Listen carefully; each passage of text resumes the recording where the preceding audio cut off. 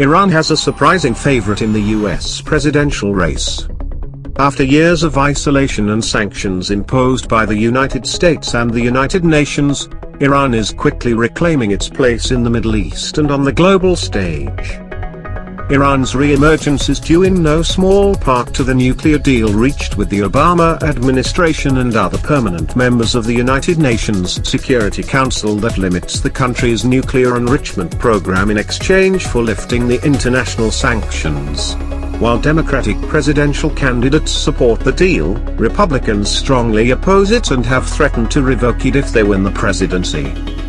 Like most countries, Iran won't interfere with US domestic politics, says Amir Khaleghiyan, a researcher at the Iranian Institute for Social and Cultural Studies.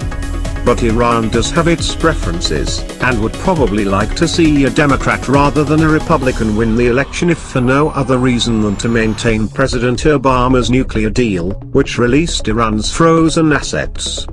Another reason Iran might lean towards a Democrat is that in Obama's view, the Saudis need to find a way to share the Middle East with the Iranians.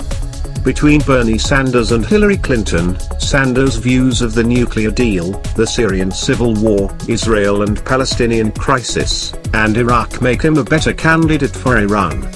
He is the only candidate who has strongly stressed the idea of cooperating with Tehran to deal with regional issues. Yet, the Iranian perspective of the best US presidential candidate is rather more complicated than the simplicity of favoring the socialist Bernie Sanders.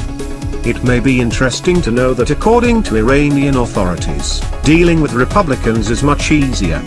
The amount and complexity of the pressures forced on Iran in the term of George W. Bush was considerably less than those of Obama's government, says Abbas Kayadouari, Director of the Defense and Security Studies at the Office of the Iranian President.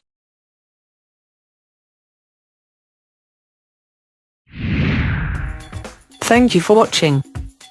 Please subscribe to us on YouTube, Facebook and Twitter. You can visit us on www.therealthingme.webs.com.